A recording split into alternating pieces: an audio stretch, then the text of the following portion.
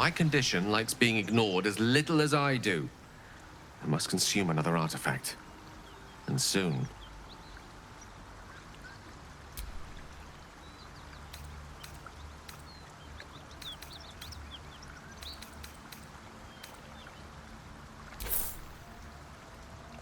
Thank you.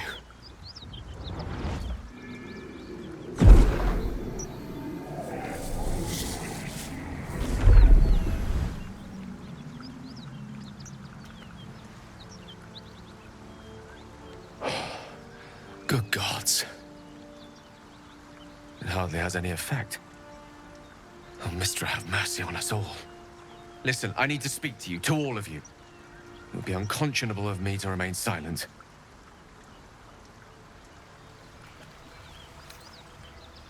I appreciate it greatly, but I can no longer keep you in the dark. You have to know who I was. You have to know who I really am. What I am is a walking shadow of the promise I once held. I'm what one might call a wizard prodigy. And from an early age could not only control the weave, but compose it. Much like a musician or a poet. Such was my skill that it earned me the attention of the mother of magic herself.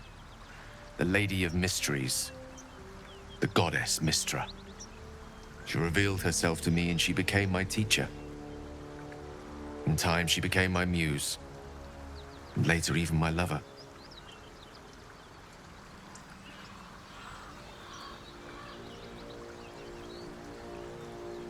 Oh, yes. We enjoyed each other's company. Body, mind, and soul. But even so, I desired more.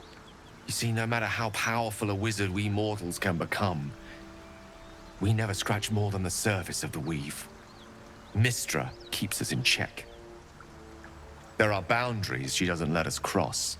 Yet, every time I was with her, I stood on the precipice, gazing into the wonders that lay beyond. I sought to cross her boundaries. I tried to convince her. I pouted. I pleaded. Swore my ambition was only to serve her better. She only smiled and told me to be contented. But inconceivable as it seems to me now, I shared a bed with a goddess, and yet I wasn't satisfied. So I sought to prove myself worthy to her instead. We come now to the crux of my folly. Shall I share the story behind it, or would you rather head straight to its sordid finale? Very well. Here goes. Once upon a very long time ago, a mighty lord lived in a tower. A flying tower, to be precise. I'll save his history for another time, but the gist of it is that he sought to usurp the goddess of magic so that he could become a god himself. He almost managed, but not quite. His entire empire, Netheril, came crashing down around him as he turned to stone. The magic that was unleashed that day was phenomenal. Roiling like the prime chaos that outdates creation. Even the weave itself could not withstand the onslaught. It fractured, then shattered, and all magic was lost to the mortal realms, until the day Mistra returned. She restored the weave, reuniting all its scattered shards. Or so I thought. Until, in the course of my studies, I learned of a book. Netherese tome in which a piece of the fractured weave had been sealed beyond her reach. What if, I thought, what if, after all this time, I could return this lost part of herself to the goddess?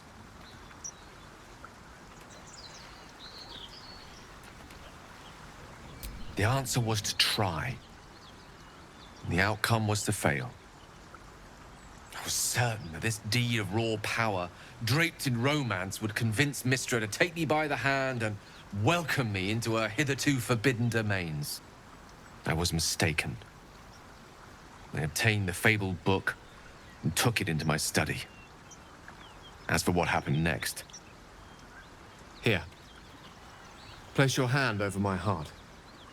Let me show you.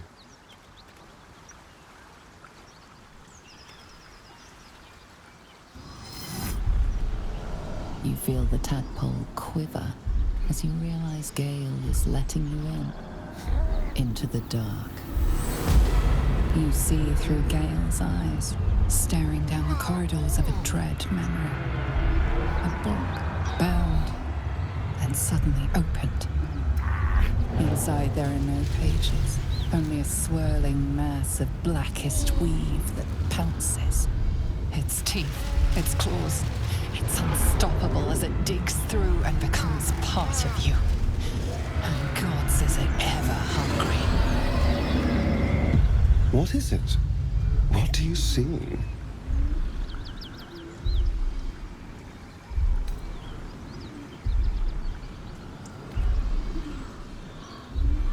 Thankfully, the moment I absorbed the fragment wasn't enough to kill me outright.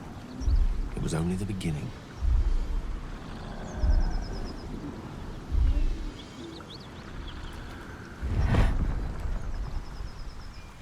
This Netherese blight, this orb, for lack of a better word, is balled up inside my chest. And it needs to be fed. As long as I absorb traces of the weave from potent enough sources, it remains quiet. Were it ever to fully destabilize, however.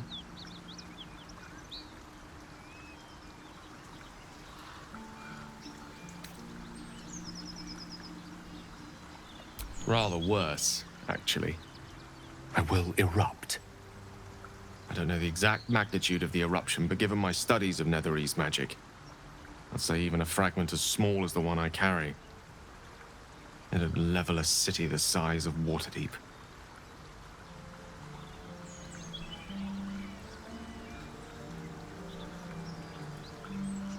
We might chance upon a king's collection of magical artifacts around the corner.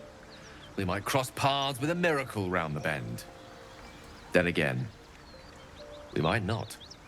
All of this, it must feel like a betrayal. Say the word, and we'll part ways.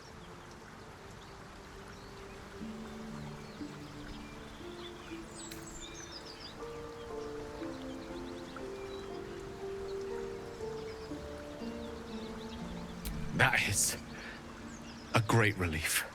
Oh, a great relief indeed. You truly are a soul that steals my own.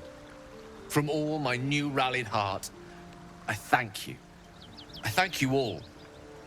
I understand if you stand against me.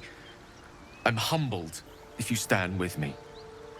Either way, I will do my best not to let you down. I stand at a precipice, but if you do not give up hope, neither shall I. I'll fight. I'll resist as long as I can. Now, even I am tired of the sound of my own voice. Let us venture forth.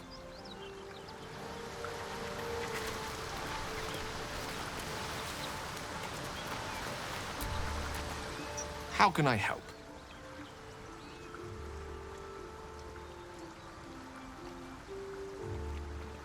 Ah, yes. Karsus. Karsus was perhaps the most powerful wizard that ever lived. The child who would be a god, the elves called him. And he tried. With a spell of his own devising, he endeavored to usurp in one fell swoop the power of the goddess of magic. Mistral, she was called then. Imagine what it must have felt like. To be a god. To know yourself, to be untouchable. To be mistaken. As Karsus aimed his spell at her, she began to unravel. And with her, the entire weave. Too late did he realize what he had unleashed. It would have been the end of everything had not Mistral sacrificed herself. The goddess of magic is all magic. By dying, the entire weave was lost, and the spell that challenged a god failed. It was the end of Mistral. The end of Karsus, and the end of an entire civilization. As the child who would be a god was turned to stone, his empire came crashing down around him. The floating cities of Netheril were no more. An event that came to be known as Karsus's folly.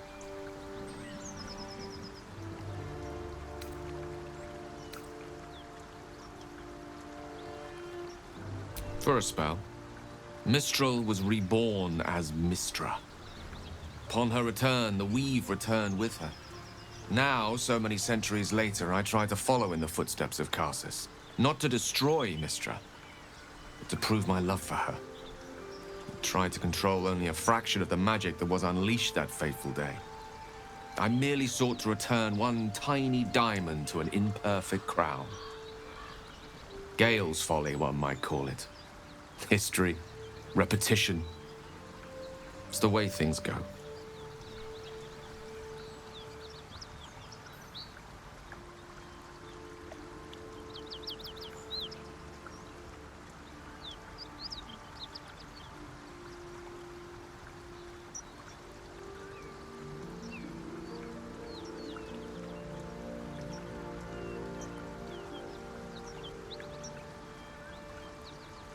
If it should ever come to that, if I ever know I am no longer able to stop it, I will do anything I can to ensure no one but me pays for my mistakes.